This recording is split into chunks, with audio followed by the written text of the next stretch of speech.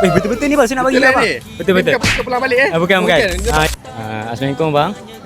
Kumpa tanya bang, datang sini dengan siapa? Dengan was saya. Alam rumah. Oh, rumah dalam tengah riki beli emas ni. Abang datang daripada mana ni? KL. Okey bang, saya tanya bang. Emas pre-love atau emas new?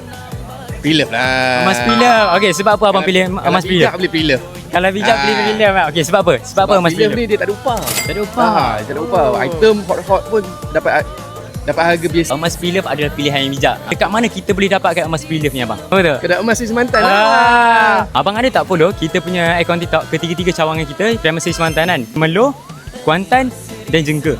Dan tak lain tak bukan, abang ada tak follow Hadilak juga ke TikTok? Adilak memang lama lah. Oh iya ke? Okey alright guys. Okey, tunjuk. Okey. Dia tak tekan apa-apa memang. Kedai emas Seri Semantan. Ini cawangan Temelu kan korang? Oh ini. Aduh. Nak survey harga murah. Rasa berat tak bang? Berat. Okey, sekarang ni. Buka. Okey, sekarang cuba abang buka. Cuba tengok ada apa kat dalam. Okey, kamera dekat sikit. Okey. Cuba tunjuk dekat kamera. Tak, shaking mat, shaking. Shaking weh. Shaking.